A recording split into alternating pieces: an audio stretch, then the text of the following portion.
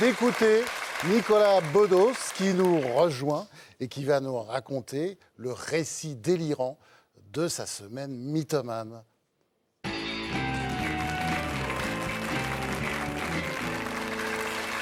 Bonsoir Nicolas. Bonsoir. Alors, Non mais je suis arrivé avec un certain plaisir dans cette émission. Je la trouve presque attractive. ouais. Ce qui est un comble pour une émission présentée par François-Olivier Gisbert. Non, c'est vrai, c'est pas mal. Vous allez bien. Jacques Attali sourit.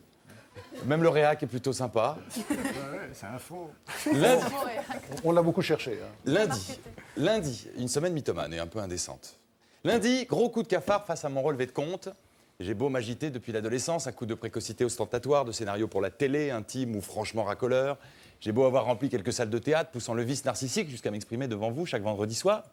Lundi me vient une question d'ordre économique, et je le dis devant Jacques Attali, l'un des hommes les plus brillants du monde. Comment fait-on pour être vraiment riche ?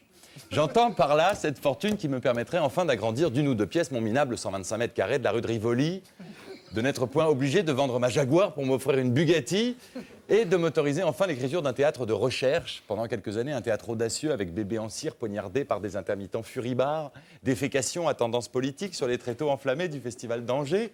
Comment devenir riche à ne plus savoir quoi foutre de son putain de blé ? Mardi, soudain, je réalise que j'ai tout fait de travers, péchant par esthétisme. En effet, voilà des années que je m'affiche avec les plus belles et sensibles comédiennes de notre petite capitale, collectionnant leur César du meilleur espoir à défaut de leur donner le moindre espoir quant à ma fidélité.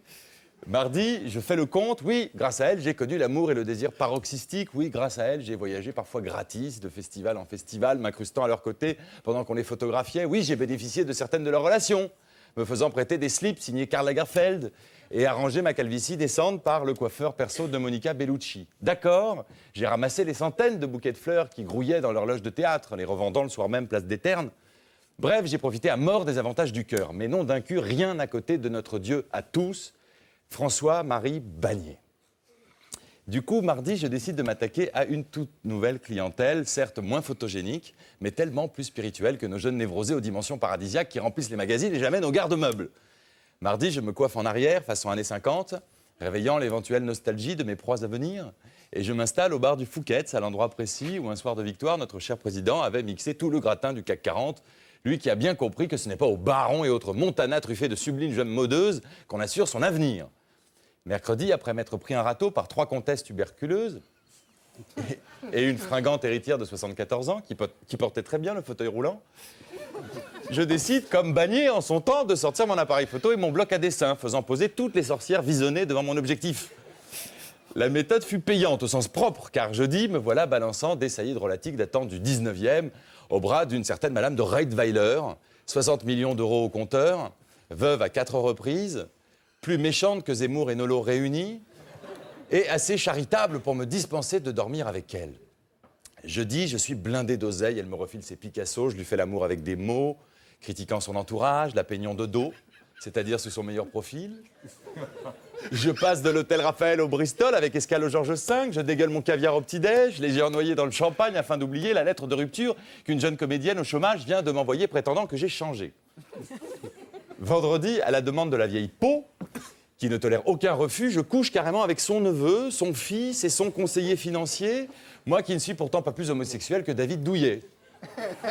Samedi, que m'arrive-t-il ? Je vote à droite, je console la plupart des ministres du gouvernement, je fais de la luge à Megève et je ricane à Capri. Vendredi, c'est en posant mon jet privé à Londres, où j'allais faire du shopping chez Sotheby's, je vais la répéter parce qu'elle est pas mal, où j'allais faire du shopping chez Sotheby's, que j'ai croisé Chloé, la jeune comédienne suicidaire, oisive et fauchée qui m'avait largué quelques jours plus tôt. Je lui cours après, je m'agenouille à ses pieds, froissant l'alpaga de mon costume lanvin dessiné sous mes yeux par Albert Elbaz. Je lui promets le premier rôle de mes 10 prochaines pièces, y compris ce monologue que j'ai torché pour Jean-Pierre Mariel. Je lui propose la moitié de ma récente fortune, tendant des billets avec le même regard plaintif que le Roumain qui les mendie. Je suis prêt à m'installer dans une cabane du Gers et relire Nabokov jusqu'à la fin de mes jours, tellement son jeune corps me manque, ses seins aussi fermes qu'une boule de pétanque lancée par Patrick Bruel sur une terrasse de Saint-Tropez, son regard idéaliste, son manteau mal coupé de chez Zara. Je l'aime, reviens ma chérie. Pardon, reviens. Rien n'y a fait, que dalle. Elle est remontée sur le scooter trafiqué d'un jeune connard des cours Florent. Et je suis resté planté là, tel une merde, de la honte plein les poches, et le regard aussi vif que Jean-Luc Delarue à la sortie d'une garde à vue. Tout ça pour te dire, François-Marie Bagné, que tous les rêves que tu m'as vendus sont déjà frelatés. J'ai cru à ton bonheur et j'ai perdu le mien.